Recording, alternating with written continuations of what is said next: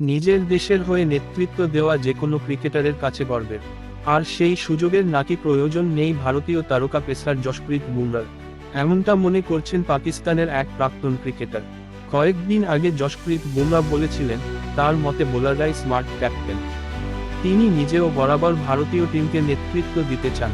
কিন্তু প্রাক্তন পাক ক্রিকেটার বশিত আলী সম্প্রতি বলেছেন, বুমরার প্রয়োজন নেই, ভারতীয় টিমকে নেতৃত্ব দেওয়ার অভিজ্ঞতা রয়েছে জশপ্রীত বুমরার। একটি টেস্ট ম্যাচে নেতৃত্ব দেওয়ার পাশাপাশি বুমরা আয়ারল্যান্ডের বিরুদ্ধে 2টো ম্যাচে ক্যাপ্টেন্সি করেছিলেন। ভারতের হয়ে বেশ কয়েকটি ম্যাচে তাকে ভাইস ক্যাপ্টেনের দায়িত্বেও দেখা গিয়েছে। কিন্তু সেই বুমরারই নাকি নেতৃত্বর পিছনে ছোটার প্রয়োজন নেই, এমনটাই মনে করছেন পাকিস্তানের প্রাক্তন ক্রিকেটার বশিত আলী।